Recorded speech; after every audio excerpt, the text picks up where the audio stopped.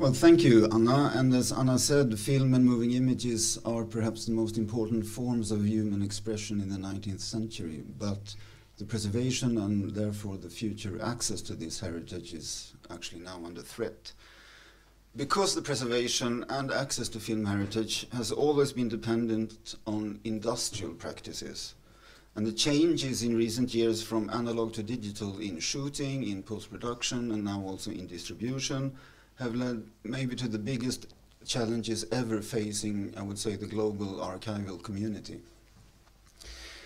Elements on new films, of course, coming into the archives are now coming in the shape of digital files, and we have to learn how to handle that and take care of vast amount of data and make sure that we can preserve them in the long run, etc.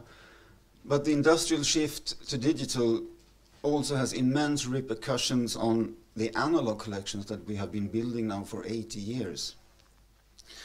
And it provides us as archives with even bigger challenges, I would say. Because since there is no commercial demand anymore, of course, photochemical labs is closing all the time, and also the manufacturing of the film stock is now under threat. This means that traditional film preservation will be very difficult to maintain. And sadly, eventually, it will become impossible to replace worn prints by making new prints. So how are then the films going to be screened? Well, the easy answer, as Anna said, is to digitize, but unfortunately the answer isn't that easy, because the shift in the industry now to digital paradoxically also leads to that the commercial demand for scanners, what you need to actually digitize analog films, is also disappearing. Because data scanners were once designed for the industry when films were post-produced and distributed in digital form, but still shot on film. But as more and more new films are shot on digital, there is no commercial demand anymore for scanners. So ideally, by digitization, we could be on the verge of a future where film heritage will be accessed on an unprecedented scale, from cinema projection, no longer confined to specialist archive cinemas, but all cinemas, and to all other foreseeable forms, known and unknown, of home entertainment formats. But we could actually also be facing a future in which 115 years of film heritage will be forever unavailable and impossible to access and screen, whether in analog, traditional format or in digital format. And I think most people can understand the potential of digital, how we can spread the heritage, etc. But I don't think so many people are aware of that time is running out in order to do this. And this is actually the aim of the seminar here, to raise the awareness of the different challenges on the financial level, on a technological level, and also on a political and legal level in order for this to come true. And we have to do it very soon before it's too late. And to help us to understand what is at stake and what is being done at European level and what the different challenges could be, I'm very happy to introduce to you our two distinguished guests, Nicola Mazzanti and Marisol Perez Guevara, who will provide facts and figures and insights and I hope also recommendation on this topic this morning. So very welcome, and we're very happy that you could come. And Nicola, you're first. I will just make a brief presentation. As you can see on the slide, he's the director of the Cinémathèque Royale, or Koninklijk Filmarchief in Brussels. And Nicola is also the president of ACE, which is the European Film Archive Federation. Nicola is also a member of the FIAF Technical Commission, that is the Technical Commission of the International Worldwide Film Archive Federation. And in this context, he's also the author of this very seminal European study called Challenges of the Digital Era for Film Heritage Institutions. So, please, Nicola. So, good morning. Does it work? Yes. Good morning, and first of all, thanks you for being here. Thanks for inviting me. It's good to have 2 days off. Thank you for the patience of listening in English. I couldn't do it worse. Italian, Flemish, French, Spanish, whatever, but English is fine. I will try to keep it brief, so we can have a discussion at the end, as much as we can, and it is allowed by the schedule.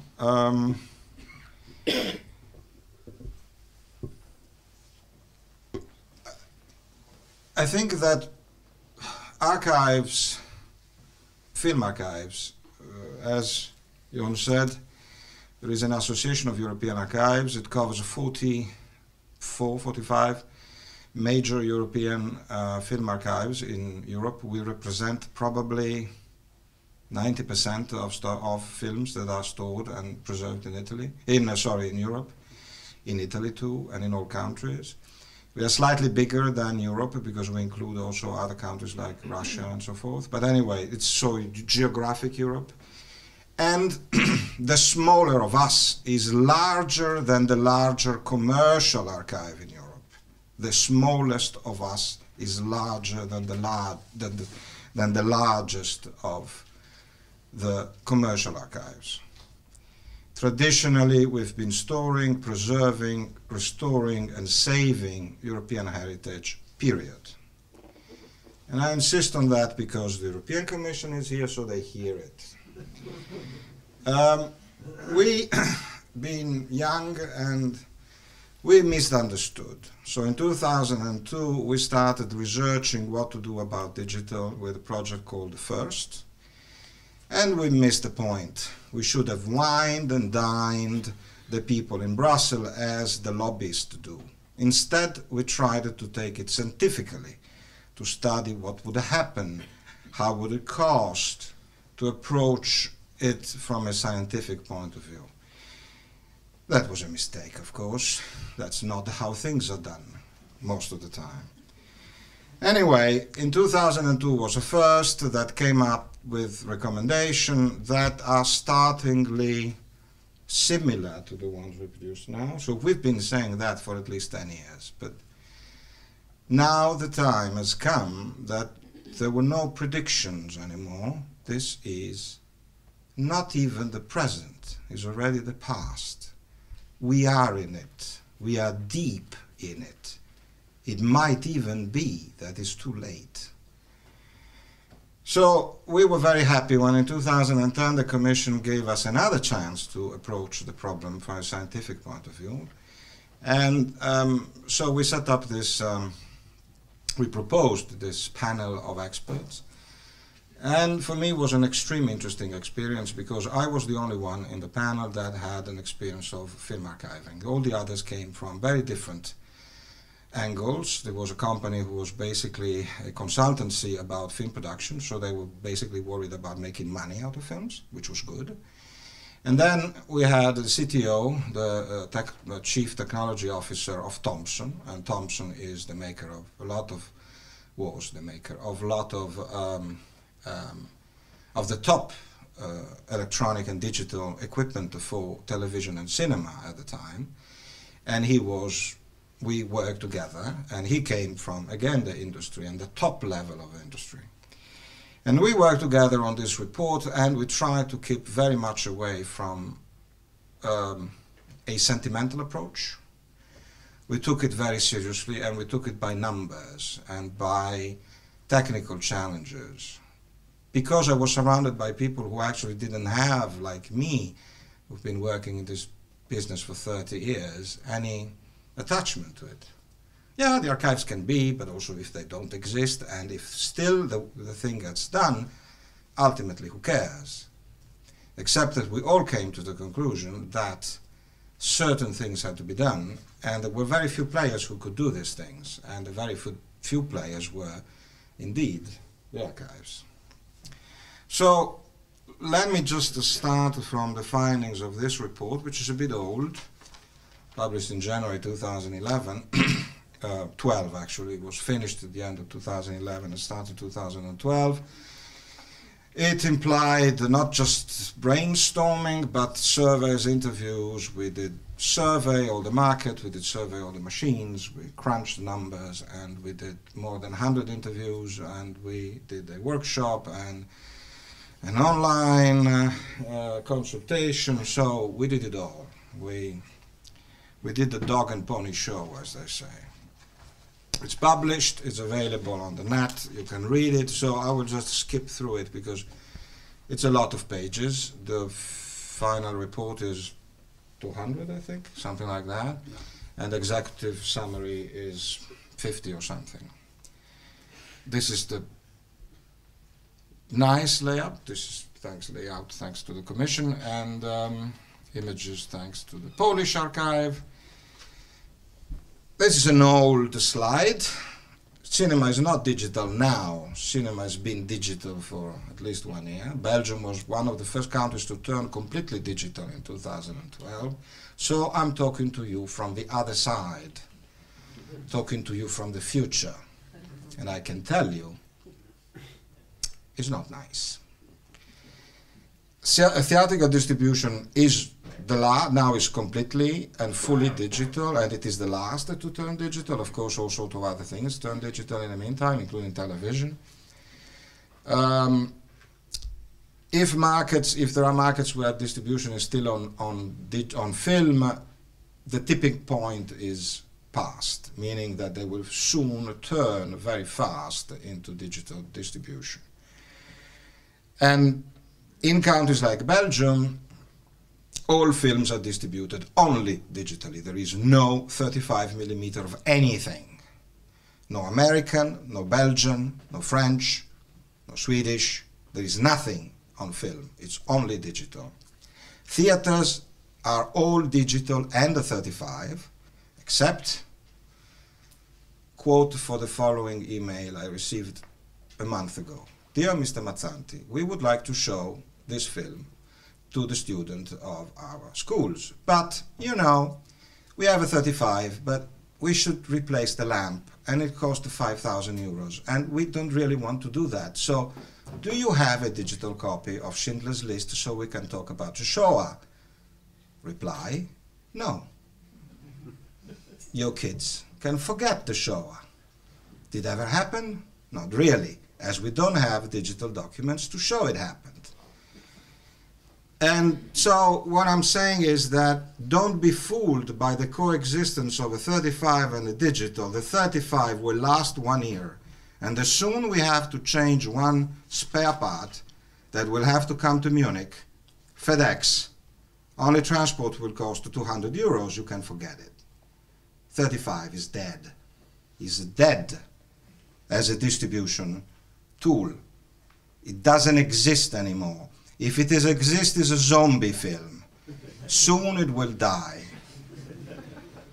And the analog film industry has been fading away for years. As I said, I've been in this business for 30 years. I restored the films for many years. I ran the first digital restoration in 1998. So I've been around for a while. And the film industry, the analog film industry, has been fading away at least since the 80s. The last printer, machine to print films, was designed in the 80s. Nothing happened since. It's fading away. There are only 2 companies, and one is French, so it's worth nothing, in the world who sell analog equipment, printers, machine to produce copies, and they will soon disappear. Film projectors, manufacturers are basically gone. There is only one, and they're struggling because they're not selling anything. Why would they? So analog is not just that we always focus on Kodak. Kodak is the last of the problems because they will probably still produce film when we will not be able to manufacture it anymore. So that's the real problem. The problem is that it is a whole industry, and it's a fairly complicated industry. It's not something you improvise on a kitchen sink. It's not something you can do your own. It was a pretty sturdy and complicated industry, particularly on a chemical side, the film side, and this is just fading slowly and actually fading faster and faster every day. And then, as Jon mentioned, there is the whole, as we say, scanning technology, but it's not just the scanning technology. Behind the whole, there are many tools that we need in order to process from a film to a digital file. A lot of tools, file formats, transforms, software, all sorts of things that are not needed anymore. Why do you think, do you really believe that a software that costed in the range of 50, 60,000 euros to restore images was produced for film archives? Oh, come on. It was produced because an idiot made a mistake in threading the camera and the whole negative of Tom Cruise jumping off a building was scratched. And we don't want to make the idiot jump again. So you fix the scratch. So it is worth 60,000. It was the production that paid for the restoration tools. Actually, you know what? It is the insurance companies. It was Deloitte in London who paid for restoration tools because it cost less to restore than to have Tom Cruise again. It's simple as that. But Tom Cruise now jumps off a digital camera. So anything restoration doesn't have development anymore. You want a proof? You want an evidence? I can give you an evidence. A revival, which is Da Vinci tool, used to cost several $50,000. Now it costs $2,000. What is this? A sign that we are getting better? No, it is a sign of a dying industry. It is the sign that we are so desperate that we sell cars. We pay you if you buy a car. Sorry, this is European car industry. So that's what we are facing. We are facing a reality in which everything film, from the beginning to the end, including the phase of going from film to digital, is soon disappearing fast. So what to say? Well, what to say is pretty obvious, because as I met with my colleagues, and as I said, they had nothing to do with film archives, and we talked and said, well, what is to be done? And they said, well, mais c'est évident. They are French. But c'est évident. It's evident. It's obvious. That's what you need to do. Digitize and preserve digitally. Well, what's the question? There is no question. If you look at it from a purely abstract and purely, as I said, scientific approach, there is no other option. It's not like libraries and archives who might, well, we might or not digitize. No, we don't have a choice. We do not have a choice. Televisions don't have a choice, because their tapes disappear even faster than film. But we don't have a choice because film is not to be played on anything anymore. So it's just a pile of plastic and emulsion that's sitting on a shelf that is good for nothing, unless we turn it into digital. So film must be preserved digitally, of course. Film must be digitized. And, as the last line says, don't believe that the cinema industry is going to digitize everything, because they just don't have, it doesn't have the size and the money to do that. It's just a simple fact. The proof, the French. They went to the state and got 90% of free loans to digitize their films, because they just don't have the money to do that. So the twin black hole we refer to, which is try to be cool headline, meant that, first of all, unless we systematically collect and preserve and conserve digitally in a serious way the films that are produced today, which are digital, we will just simply lose them and they will not be saved. And secondly, either we digitize what we already have in our collections so that people can see them, or these films will virtually be lost. They will still exist in the big fridge that Jon is running, but will be a big fridge of books we cannot read because written in a strange language, of paintings we cannot see because we are short-sighted or something. I mean, there's stuff that is there, but its value, culture or commercially, is zip, exactly. So we said, it's a choice. Of course, if people say at this point, well, but why do we care about film? I mean, we have so many more important things like, I don't know, whatever, F-35s.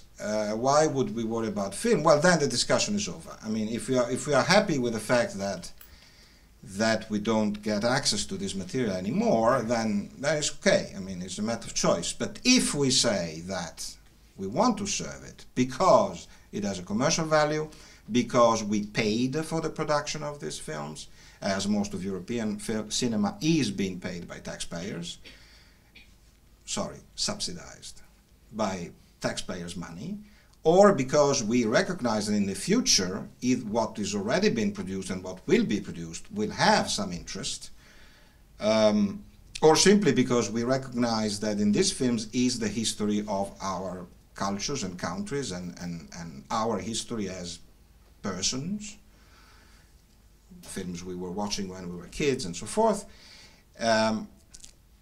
Whatever the reason, if you decide that this is worth doing, then we move to a reality check. And the reality check is very simple. It basically boils down to legal deposit or contractual deposit. You need to collect the films in order to save them, but this, we are in a country where this works, so why? We skip that. And then we can start crunching numbers. Of course, crunching numbers across Europe is kind of difficult because prices and wages in Sweden or in Cyprus are not exactly the same.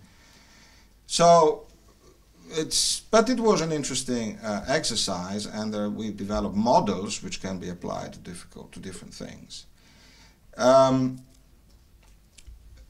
of it regards the conservation of this material. So, for example, preserving, keeping of all the films that are made in 1 year in Europe cost just the budget of the Milano Opera House for 1 year, which I think is beautiful. So the costs are not really that much, particularly compared to that Europe as a whole spent something between 4 and 5 billion, including tax shelter, to fund film production. 5 billion every year.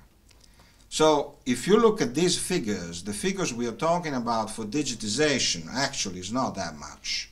It is much if you look at other things, but not if you look what kind of investment, both political, cultural, and economical, Europe has towards cinema.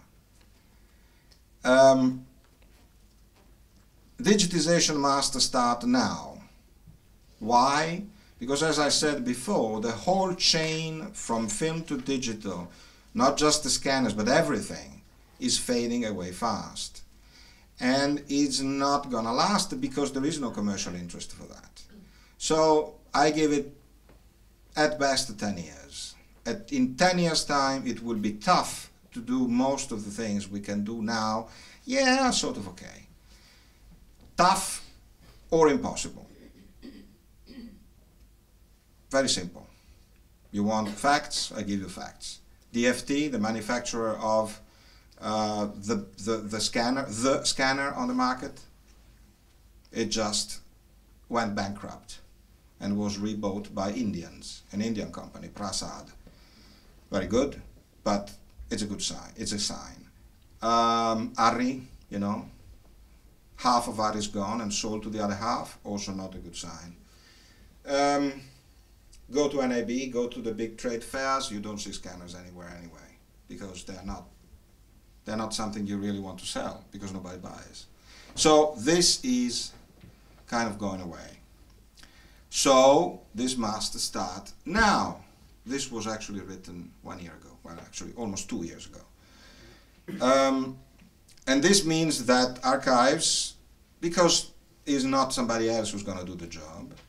Needs to be active in planning how to do it, depending on the collection they have, because not all of us have the same things, although pretty much. And the conditions, the situation of the industry in their country, are there labs, are there support from outside vendors or not? I mean, they must be planning for it.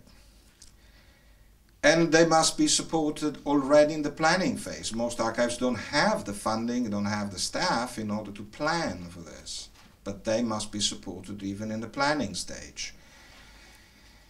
And then they must set up a plan and start doing it fast. The fastest the better. And if we don't do that, we just don't get anything to be seen anymore. And we just erase nicely 120 years of history. And pay very much attention, when we talk film archive, we don't just mean fiction films. We mean documentaries, we need newsreels, everything. We mean the visual history of the 20th century period. Before 1960, television doesn't help us. They have nothing. They were not there. So if we want anything about anything that happened until 1960, and a couple of things happened until 1960, isn't it? I mean, a couple of things that happened in between 1895 and 1960. Well, the only images we have is there. And I would like to think that I will live in a world where I can show my kids, and I already cannot show my kids, the images when the war ended in 1945, or when certain things happened, or when the First World War ended, or when the fascists took over in 1923. These images are there, but I cannot show them to them. Why? Because they're not digitized. Also for other reasons that we don't talk today. So this has to be done, and this is and that's where it's getting, you know, like, and this has to go alongside what we already do. Don't be fooled, this is not an instead of, it is an as. So we digitize as we keep the films, as we keep the analog conservation as much as it lasts, as we keep doing the things we already do. There is no instead of. This is on top of. Why? If you want, I'm famous for telling stories, so I tell you the story of a major Japanese studio who in the 1950s decided that there was no use for this old 35mm negative anymore. I mean, we will never be shown in theaters, so you know what? Where is the market? Airplane projection. So they turned all of their old films in 16mm to be shown on airplanes. And they threw away the 35.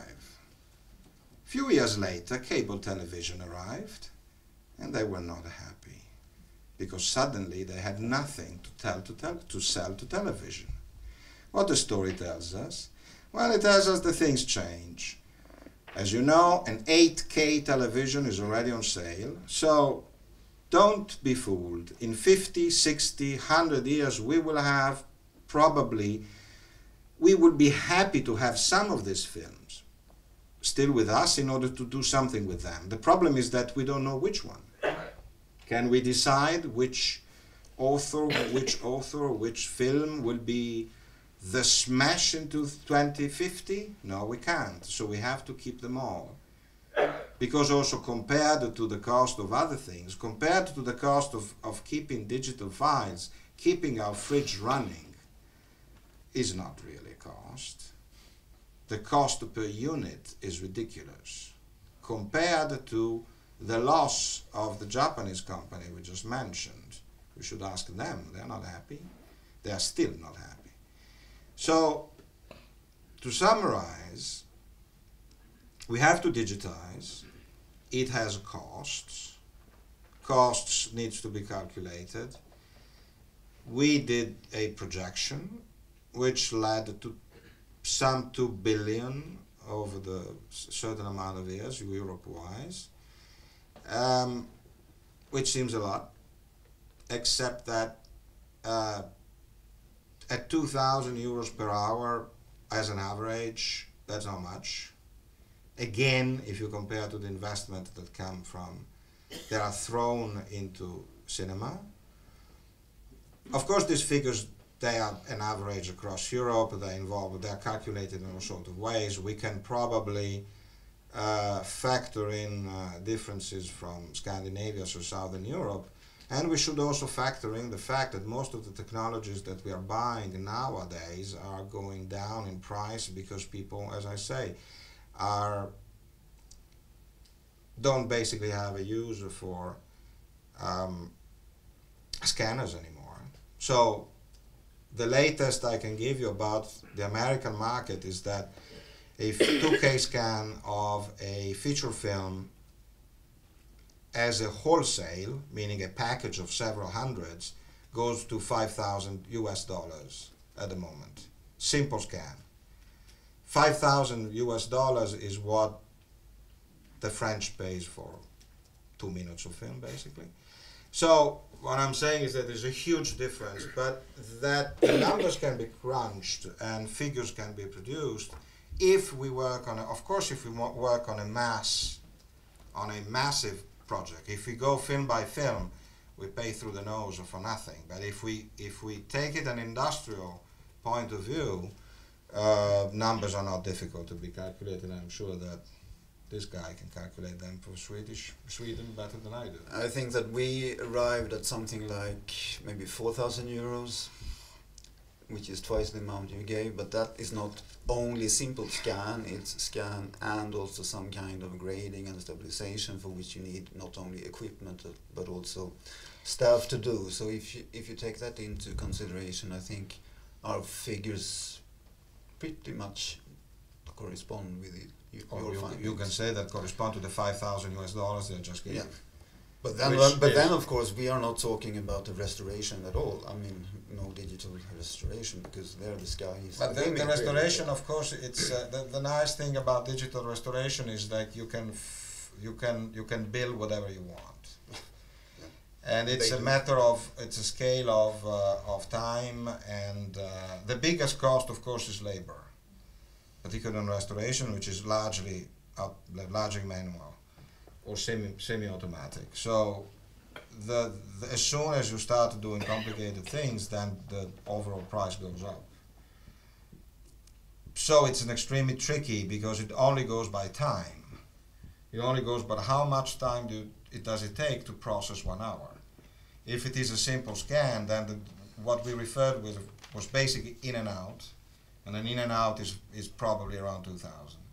Anything you do after the in and out, then it goes up. Yeah.